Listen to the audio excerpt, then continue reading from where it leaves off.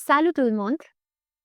After teaching many TEP students and seeing so many of them stuck at the same level for months, I decided to make this video to help you finally make a real progress.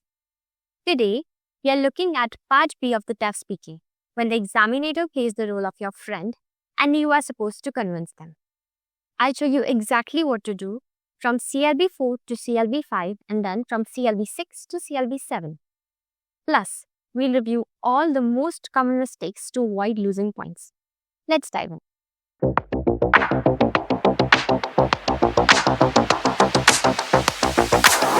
So, what exactly are you supposed to do in the part B? In the part B, you will be given a document, for example, a travel ad, an event, or a service, and you'll have to read it and prepare for it in 1 minute. Then, you'll talk to your friend, which is the examinator, informally using tu, present the document and try to convince them. And you must introduce the document, develop the argument, handle your friend's objections, and maintain a dialogue flow. So, at CLB 4, students typically speak in very simple sentences, ask or give basic information, and they rarely persuade the examinator. They use very basic vocabulary and few connectors, and often speak in long monologue instead of little introductions. So, to reach a 5, you must use connectors. It can be et puis, ensuite, or parce que. Then, you'll have to show interaction. You must ask your friend's point of view and react to their objections. You'll have to use persuasive sentences like Je pense que ce voyage serait une bonne idée. And then keep the register informal using tu, but maintain some structure using tout d'abord, ensuite, and enfin. Maintaining the structure in both the part A and B is very, very important. So, how exactly would a CLB 5 level speaking look like? It would be like Salut, j'ai vu une publicité pour un circuit au Québec. On pourrait le faire ensemble. Il dure 8 jours, tout compris, sauf le vol.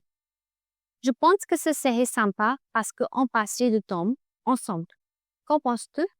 So, this would be okay for a CLB 5, but not really for CLB 7.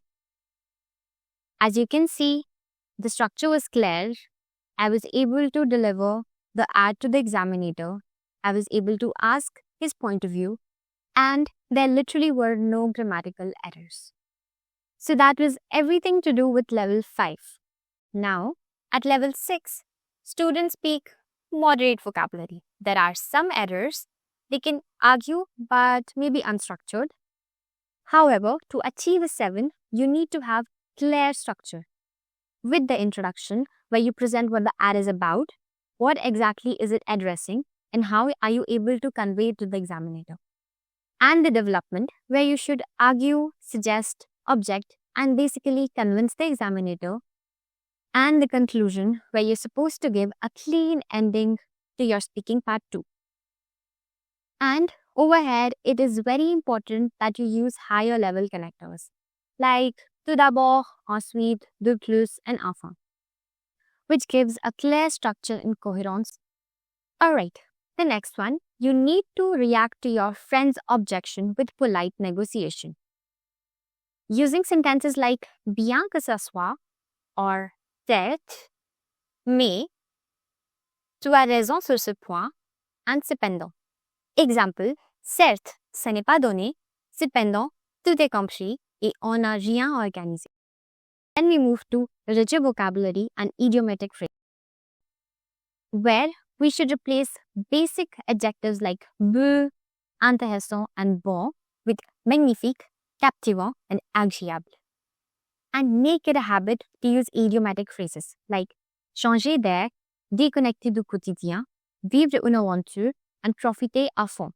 For example, ce serait l'occasion parfaite de déconnecter du quotidien et vivre une vraie aventure ensemble. I hope that was helpful. The next one, show interaction. Do not rush all of your points. You must respond to your friends. You must pause. You must let them answer before you build your next argument. Every time the examiner presents an argument, try to reaffirm. Try to say, ah oui, je vois ce que tu veux dire, mais justement, c'est pour ça que ce voyage est parfait. And maintain fluency. Use fewer pauses and eliminate your fewer simple oui and no sentences with more elaborate sentences. And the last one, use persuasive tone and engage emotionally. Like, ce serait une expérience inoubliable. Or, on n'aura pas souvent une occasion comme celle-ci. So, in total, your CLB 7 answer should look something like Salut, tu ne vas pas le croire, je suis tombée sur une annonce absolument géniale. Regarde, à circuit de 8 jours au Québec. Un hôtel 3 étoiles avec un guide francophone et plein d'excursions. Le seul truc non inclus, c'est le vol. Mais franchement, ça vaut la coupe. Dès que je l'ai vu, j'ai tout de suite pensé à eux. Ça fait tellement longtemps qu'on n'a pas voyagé ensemble. Ce serait l'occasion parfaite de souffler un peu, de découvrir des paysages magnifiques et de se créer de nouveaux souvenirs.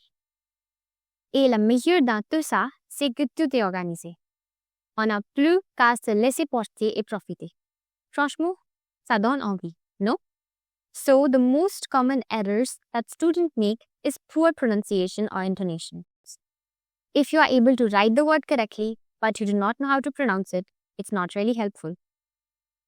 The second, students speak too slow or too fast, with long pauses and metroless delivery.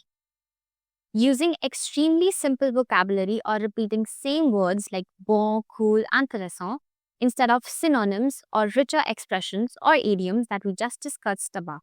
Not using connectors or logical progressions. Your arguments shouldn't jump around without a structure. And if you're giving no interaction, you speak as if you're alone. You don't really respond to your friend's objection or comments, but you're just reading a script. The other one would be rehearsed or memorized monologue instead of natural conversation. Honestly, when you are rehearsing or memorizing a script, I don't really think it can fit in all the situations, which can be a big problem. The other problem would be not letting the friend speak or not reacting when they do. You must keep the dialogue alive. You must show that it's a real conversation. And this one I would say is the error that is committed by mostly all of the students, which is over-translating from English, which gives unnatural phrasing and false comments.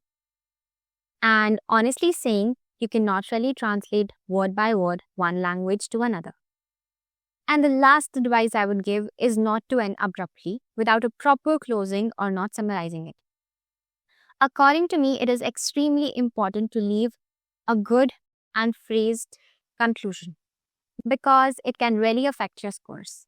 So, in summary, both for CLB 5 and CLB 7, you have to avoid errors related to pronunciation, pace, using simple vocabulary, and lack of interaction.